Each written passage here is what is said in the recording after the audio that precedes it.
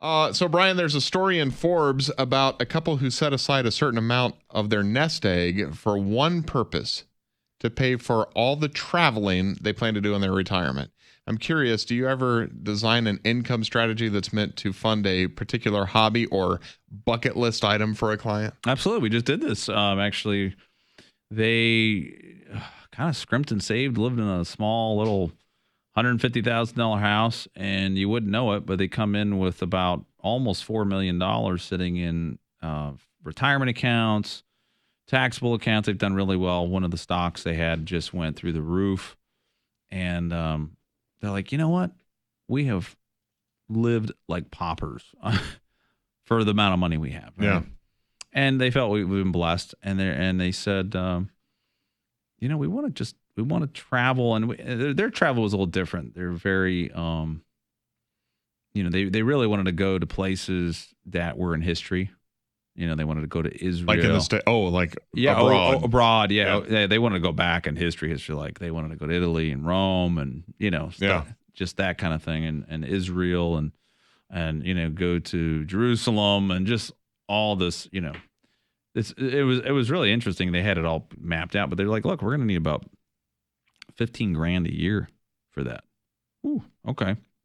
That actually sounds low to me. After tax. I know. The way they were talking, and I was like, are you sure you guys are really researching? Like, yeah, we're going to do it really cheap. Okay. They were frugal people. Yeah. I was like, okay. So they're not going on the big fancy tour bus, with the, all the big group. But anyways, I said, well, let's just bump that up because inflation, right? Let's say 20, right? Let's say $20,000 a year. And you're going to take a couple big trips, 2 weeks apiece, whatever.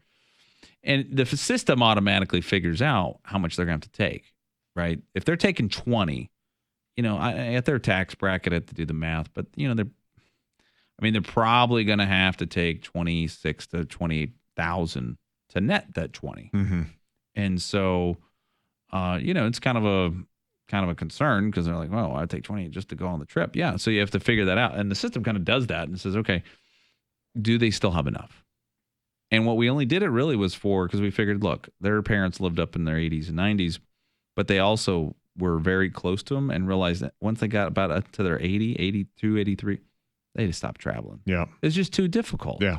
I think one parent lived to 92, but it's a pretty good score. Yeah. And the other ones were 89, and it was 90, the other one was 85. But the point is that the later years, their money just grew and accrued because the Social Security pretty much picked up their expenses. So they learn from that lesson, and I'm coaching our clients as well, seeing that, saying, the goal isn't to pass it all to the next generation. And I'm talking about these clients because some people it is. Some people are like, I don't care. I want to. I don't care how I live. I want my kids to take care. Yeah, I want to take care. 100%. Okay. Their thing was like, no, the kids are gonna be fine. One's a doctor. One's going to be an attorney soon out of law school. They're fine. They'll be fine. They'll have enough money. We want to enjoy Forget life. These tough skins. I'm going to buy some buckle jeans. Yeah, right. Yeah. So they started spending money. No, they didn't. It's really hard to get them to spend money. Yeah. But on something like a trip, and now they come back and they're like, that was so much fun. Oh my gosh, it was, enjoyable.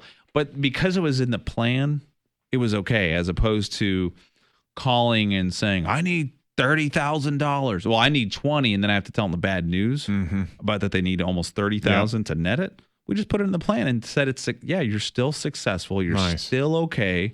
You can still give, and they're big charitable givers. They still give to their church and still help out at the local, missions organization or whatever they're doing, and they still meet their goals because that's what this is about. A lot of people go, well, I want 12% returns. 12% returns may not make you your goals. Okay.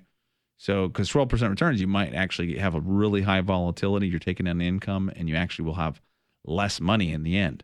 So it's about getting your goals in place, trying to find out how we get you there, right?